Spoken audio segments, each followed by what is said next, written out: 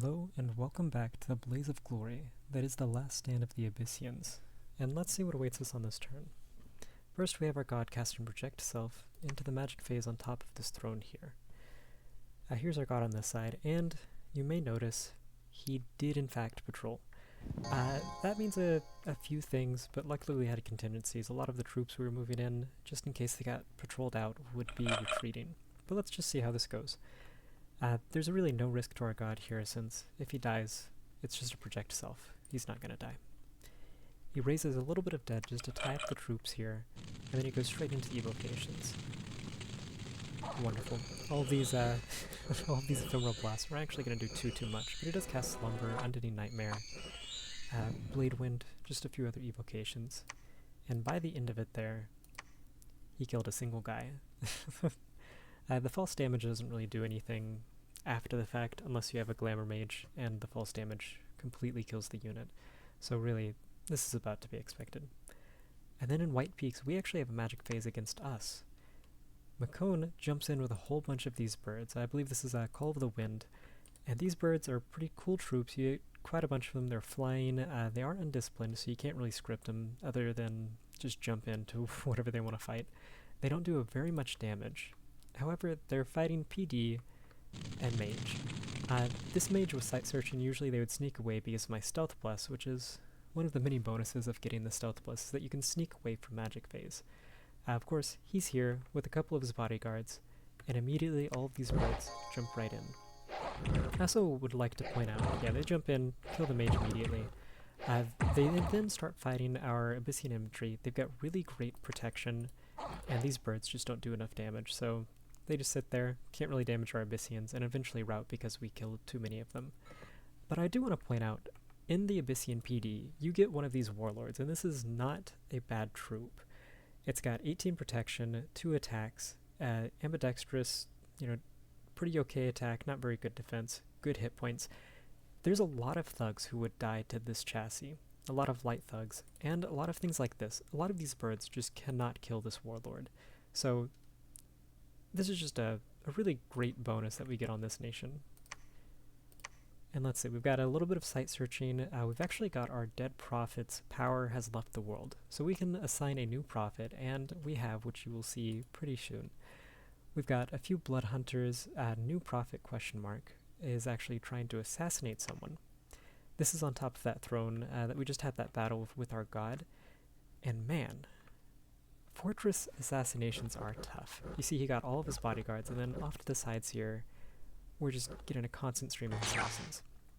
There was a good chance we could have killed this guy, the commander here, if our assassin had flown into the back, attacked rear like he was scripted to do, and just one-shot him.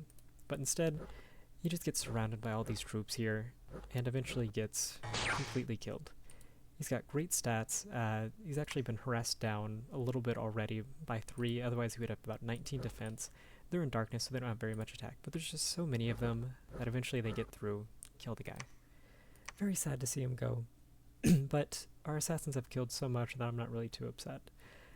And let's see, we've actually got a battle here between Agartha and Makone. So let's see what's going on. On Agartha's side, he's got an entire stack of his sacreds. Got the ancient ones up front, really high damage, 21 piercing. That's enough to even poke through the protection of these giants here. 40 hit points, and of course, sacred.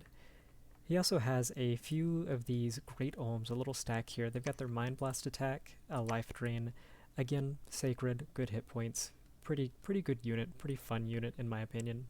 A couple of these Zots, they are flying, and ideally, you'll see why, but I think in this situation it would have been better to have them in a line and just walk up so that they can fight with your troops just a little bit, just to take some of the fire from the Makone giants that are coming in here.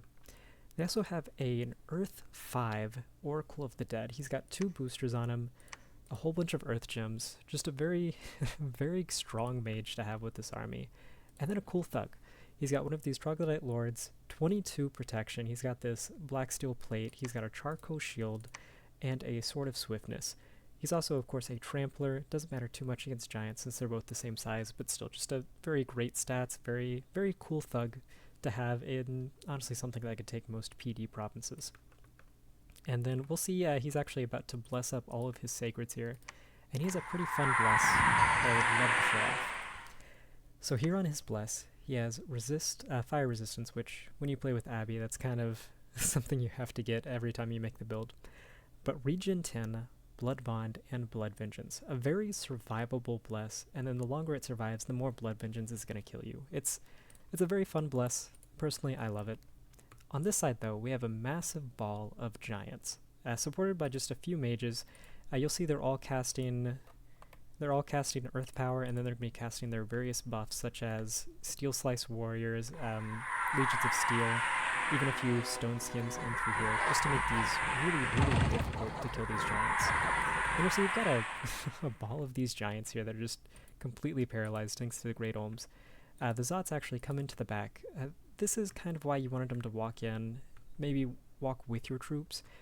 They're just going to get into the back. These giants were originally just going to be wasting their turns, but now they can kill your Zots and get you just a little bit closer to an HP route without too much of these Zots can really do. They just don't do enough damage to hurt the giants in any meaningful way. Yeah, we've got all of these sacreds, these ancient ones here, fighting these giants. It's just an all-out brawl, and pretty soon the giants get a good surround. They outnumber them just a little bit as they start taking losses on these ancient ones, and they go with a rout. Now our Olms are coming straight in for Agartha, and again, just a whole bunch of deaths. We actually get a bunch of Magnavolt's friendly fire on Makone's side as it hits his giants chasing down these Olms.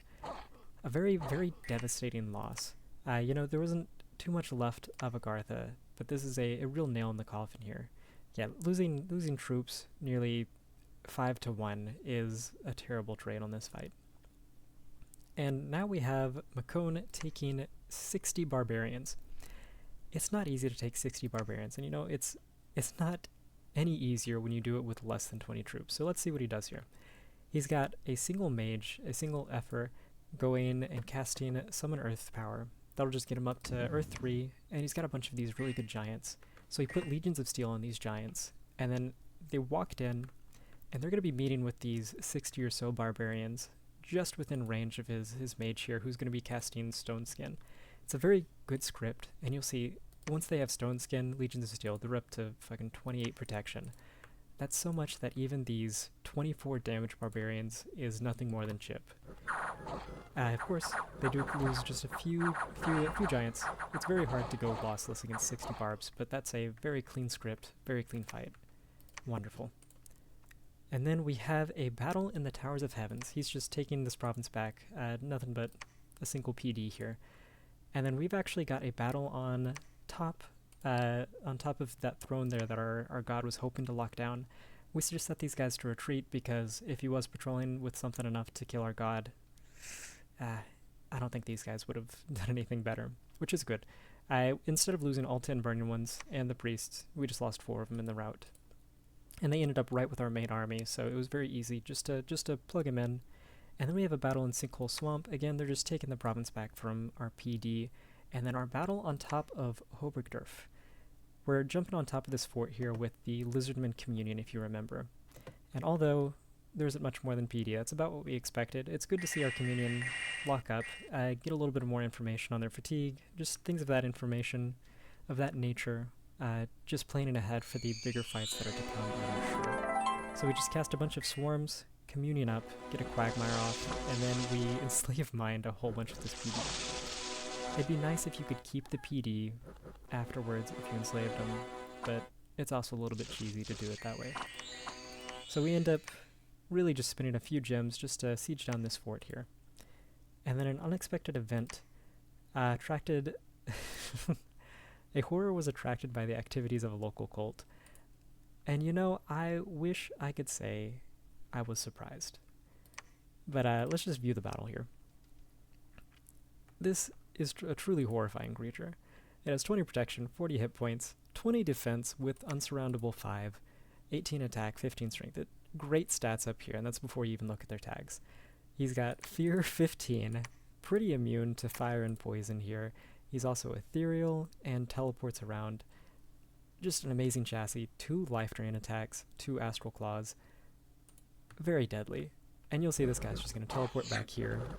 This is actually our province, our second Lizardman province, the one that we had a fort coming up, and we already had a lab and temple built in it so we could recruit these Lizardmen.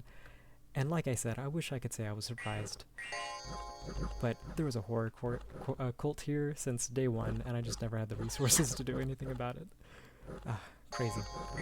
So yeah, he comes in, we actually do a bit of damage, get a chest wound on him, which, you know, this Encumbrance 5 would matter if he wasn't already Encumbrance 0 with 2 life drain attacks. So it's really just a mute point as he comes in, kills everyone. Now if there was something to kill a horror, it would be a bunch of Astral Mages. Sadly, these guys also just die. Teleports around, kills them way quicker than they can do really anything about it. A very sad day. It's really starting to feel like the Blaze of Glory, you know? things are going down. A bunch of unexpected events. -3 assassination attempt on one of our Blood Hunters. He actually didn't get any of his guards with him, so he just died straight away. Got a whole bunch of gems, because we are lucky individuals, and a worldwide event occurred. Everywhere got Heat 1, a little bit of unrest. Personally, I love Heat, so I'm glad to get that. And then we've got all of our assassins getting patrolled out. They were all set to retreat, and it's very hard to check whether or not they died, because when you click retreat details, it just tells you about those burning ones we had. But I did go through and math it out. We lost roughly 2 assassins in the retreat, which is a little bit above average. We should have lost a little bit less if we were going statistically, but still. It's better to retreat and lose 2 than to have them on attack and then we lose all of them in this patrol it out nonsense. We've also, on Hobergdorf, the walls are lightly damaged. That means it's within 99% and 100%, so we've really not done anything. We did, although, bid on a couple of mercs. These are the Helmet Sappers, a really great troop. They give us about... Here, we can check it out here on the merc screen. They have 30 sappers. Each sapper gives +5 to their siege strength, so we've got about 150 extra siege strength just on this sapper unit. It's a really great sieger, and we kind of need the siege strength to get through the giants over here in Valgard. So let's see what we've got scripted for this turn. The big things are that we're moving this entire communion, this entire stack of Burning Ones, Misbred, and various Abysians on top of Valgard. There are 2 things that could happen. Makon here could meet us on the outside, like brave giants, and fight us. Or they could all sit inside their fort and hope that they have enough siege strength to beat us. In the auto-calculation, we've got, in this province, 915 siege strength. Hopefully that is enough. We've actually been lucky enough to get to see exactly how many forces are in each province here that we've seen these fights in. This is everybody that is within range, and if he gets everyone here, it would be roughly somewhere between 700 and 800 siege strength. That would mean that we would probably pop this fort in either 1 turn or 2 turns, depending on whether or not my math is right. There's also another chance that he does iron walls, summons a bunch of stuff, and then we just never get a fight. He'll get that throne rush long before we ever break down those walls. But I'm hoping that there's a fight, and I'm scripting for a fight. We've got all of our Misbred here actually on guard commander for a communion. He has been using assassins as well, so I'm a little bit worried that he might just assassinate us while we're on top of the fort or while we're moving into it. And these Misbred aren't going to do too much if they fly in and die in the back, just like those Zots did. So we've got it similarly scripted. Our Burning Ones just on the side, hold an attack. Forgot to script this one. Hold an attack closest, and hopefully they'll get a little bit of a wraparound defeat in detail while everybody just enslaves mind. We're getting Quagmire going off, and then not really any other battlefields. We have shown our hand in a few previous fights that we've got a lot of cool battlefields that we could cast, and it's making him burn gems like every fight just to get the fire resist, the water resist, poison resist, because at any point I could cast those again. In this case, we're not going to. Like I said, there is a good chance that they just put everything inside of here, in which case this is a little bit of a misplay, but I'd rather hold on to some of these gems because they are a limited resource, and he might just want to wait and see the siege math. If there's not, then, you know, getting 1 or 2 extra enslaved mines instead of a, you know, battlefield wide that he's going to be casting all of his resistances to anyway, it's going to be about the same amount of power in this fight. we've got our sappers on the side here, holding fire closest. The real thing is that we don't want them to die to our heat auras here. We've got a few priests going around just as a flying bait in case they do a bunch of like something crazy, a bunch of flyers, a bunch of air elementals, another call of the wind or something like that. And we do have a divine blessing going off, so these priests can really do whatever they want. And we do have 2 of our assassins going in, holding attack closest. There's actually 4 assassins. It's just 2 groups of them.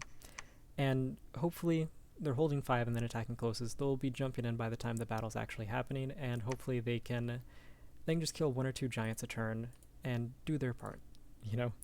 They all retreated, so there's not really assassination battles to be done until we get on top of the throne once again.